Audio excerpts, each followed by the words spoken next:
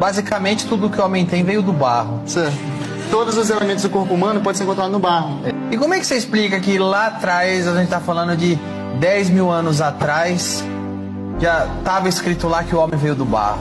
Os caras não tinham ciência, não tinha Aí que entra os microscópio. mistérios da vida, né? E como é que a Religião. ciência explica esse mistério, hein? Tem coisas que a ciência não explica até hoje. Por exemplo, a luz é o quê? Uma onda, uma partícula? Quem que chega lá e fala, ó, vou dar uma dica, o homem veio do barro, hein? Também aquela ordem que Moisés escreve Gênesis lá, que apareceu primeiro as plantas, depois os pássaros, que aparece a água.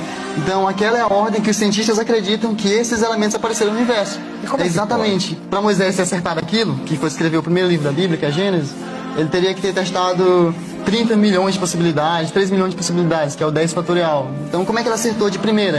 É como se tivesse ganhado na Mega Sena. Ele está escrevendo um livro e já acertou a ordem certinha que E os como é que a elementos ciência apareceram. explica quando a Bíblia acerta assim, cheio? A ciência não gosta, na verdade. A ciência não Ela gosta. não gosta quando a Bíblia acerta, né?